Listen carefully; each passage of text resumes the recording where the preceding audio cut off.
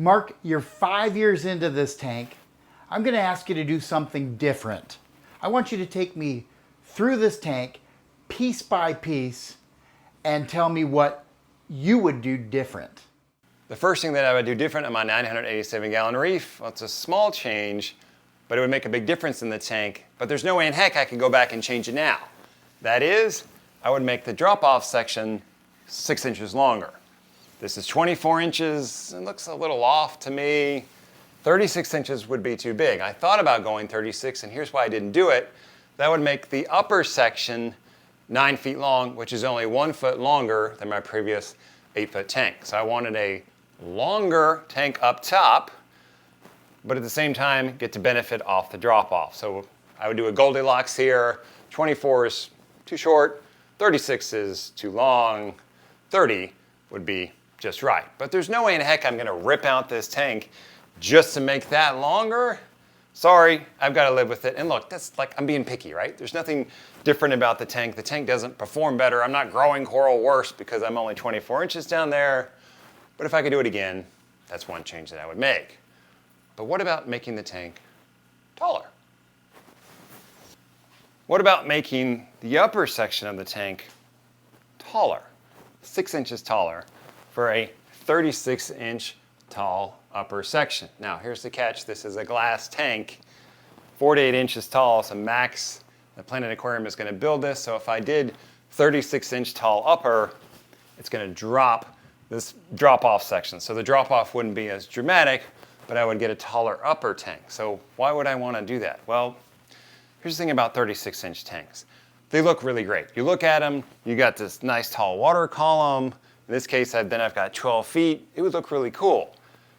However, if you've had a 36-inch tank, 36-inch tall tank it is, you know it's a love-hate relationship. It looks great, but when you go to service it, especially to get to the bottom, you're like, because even me being 6'2", I'm gonna have to get on a ladder for this tall of a tank, or a 36-inch tall tank. To get to the bottom of a 36-inch tall tank, I may be holding onto a frag plug with my fingers. You're doing nothing with precision.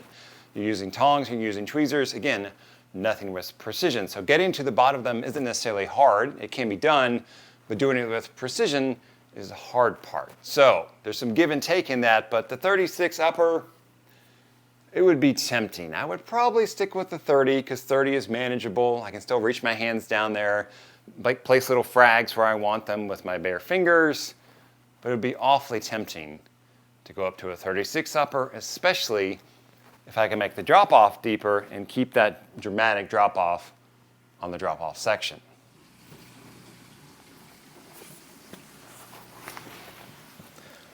Most aquarists don't have a goal of putting more holes in their aquarium, but I would definitely put more closed loop holes on my 987-gallon Reef.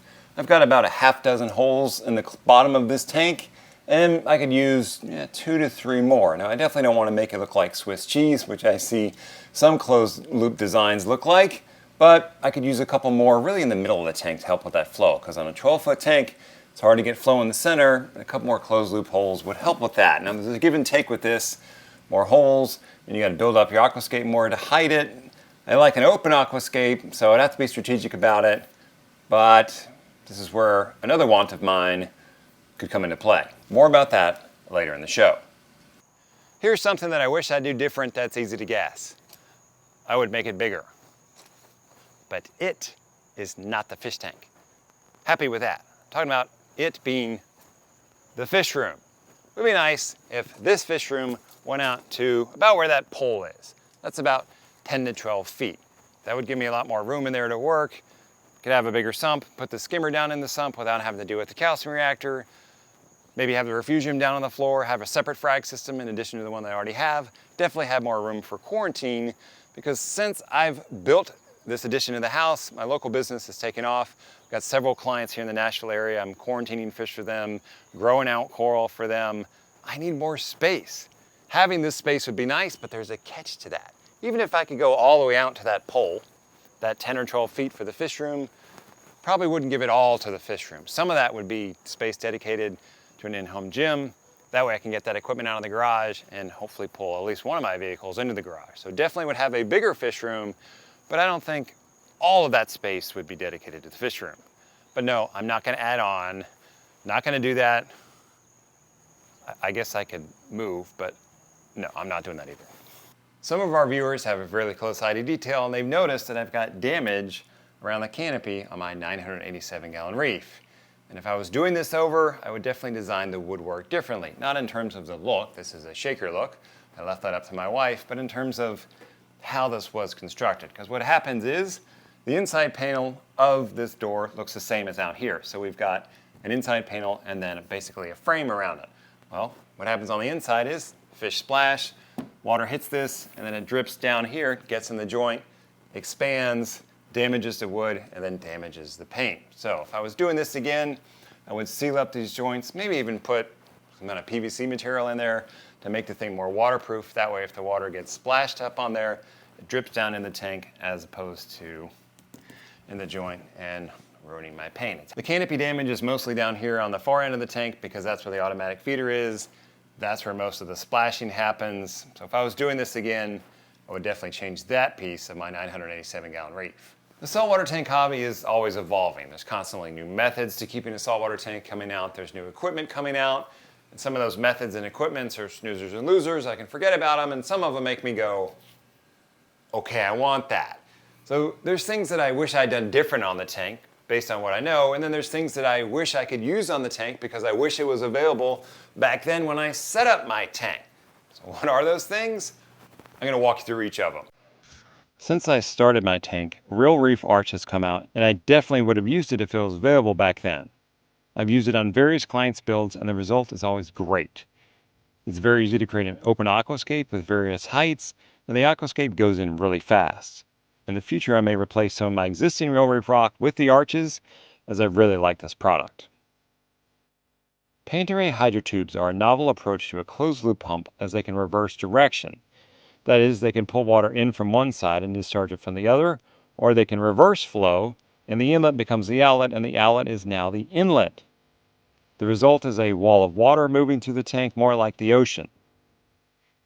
The real question would be with the hydrotubes is, if by using them in the closed loop system, could I avoid putting power heads on the far end of the tank? I'm not gonna lie, having power heads down here on the peninsula end isn't ideal, but this tank is 12 feet long. As the tank is grown in with coral, I needed more flow. I had no choice but to put them down there. So would the hydrotubes get me away from that based on the different type of flow that they create?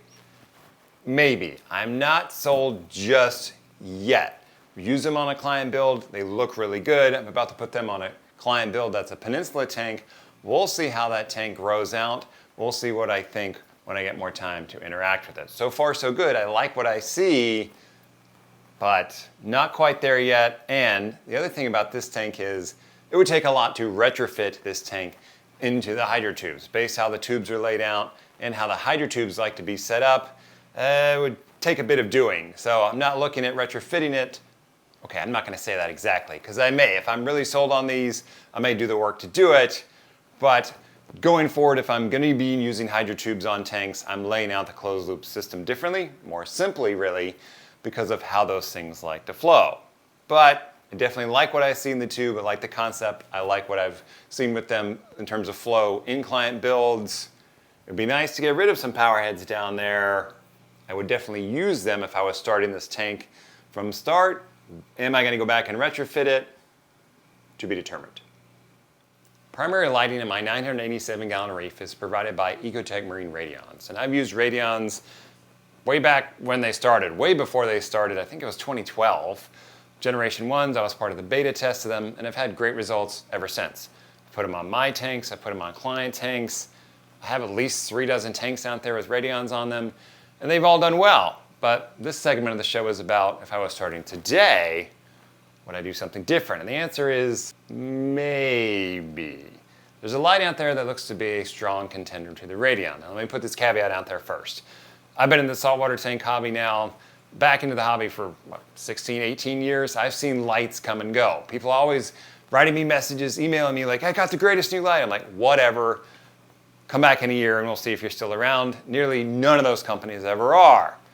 However, there's a light that's been around. It's on different renditions of it now. It's backed by a company that's been around for a long, long time. If I was starting this tank today, I would seriously give it a strong consideration. What's that light? Well, it's the ATI Straton X. This is a very thin light. There's no fan on this. This whole thing is a heat sink. Very widespread, very flat type of light coming out of it. Now, caveat, I'm not saying I wouldn't use the Radions. I'm just saying at the moment, I would give this thing a strong look. No kidding, I have one here. Yes, I'm evaluating the light. Not going to tell you everything about it, but I will say this would be the first light that I would be considering as an alternative if I wasn't thinking that I would immediately go back to my Radions.